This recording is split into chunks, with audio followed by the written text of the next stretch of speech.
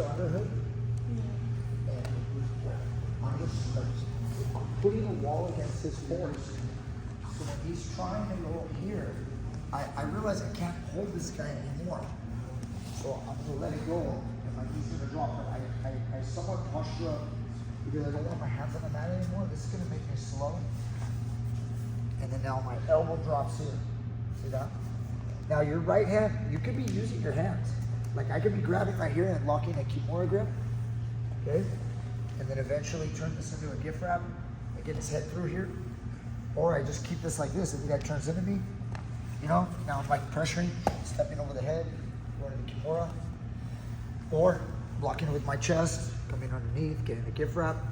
Guy turns back into me. See my posture, this foot up, my knees here. I'm cross facing, trying to keep this guy down, but he keeps insisting. Now I caught that arm on this one.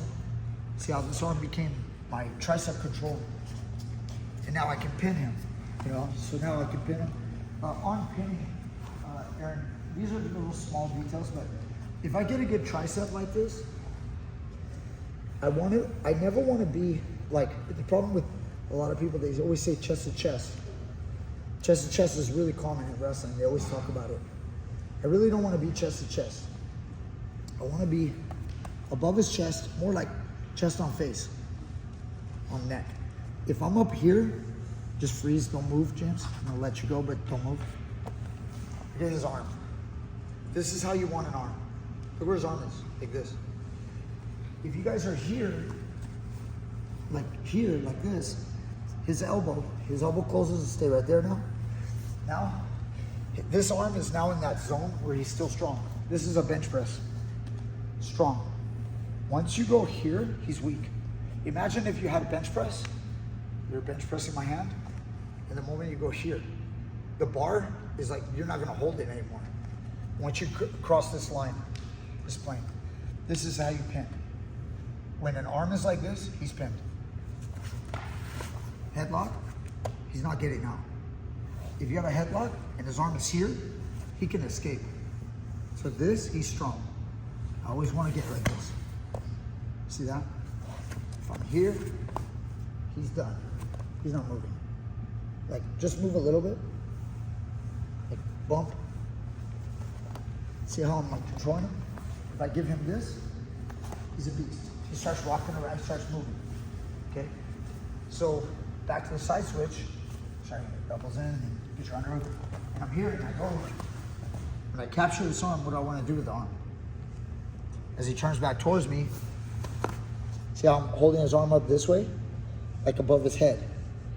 I want to move my body up on top of his face, and now he can't move. So now when he's bridging and moving and shrimping and all that, he's not going to be able to get his left knee inside. Yeah, he can't get his left knee in. Shrimp away a little bit. Yeah, see, then my toes on the mat, my knee can jam against his hip and take up the space. Okay. He has to get this first. Once his elbow's in, now he can start shrimping and then replace the guard. Kind of make sense? This is a simple idea. Just get your opponent's arm up here. Coach, I can't, his elbows are in. But in the transition, when you do the side switch, these are the moments. I know it's not easy to pull a guy's elbow out, like just physically rip his elbow out, but you catch guys in positions. And when you catch them in a position, in transition, you can then secure your control. And then now you understand this.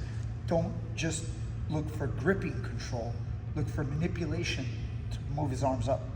When he's up like this, he's weak. Go practice it, ready?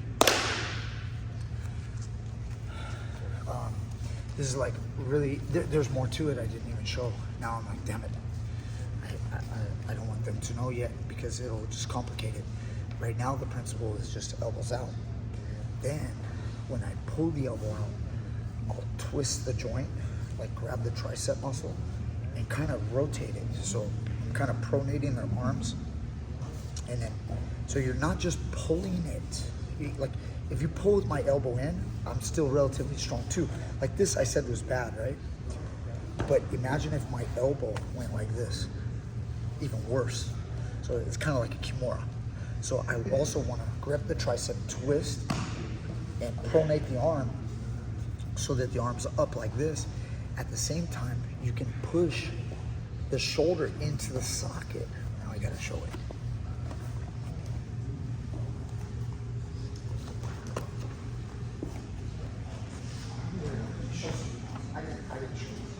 I was thinking next coach. Hold on, real quick. I gotta finish this. Look right here. Watch this out. So what I also didn't think is when you catch this, you see how like I have the over-under grip and I'm closing the arm, but his elbow's in, right? So what do I want to do? I want to like bring it like this. So I'm grabbing his arm, twisting, he turns towards me.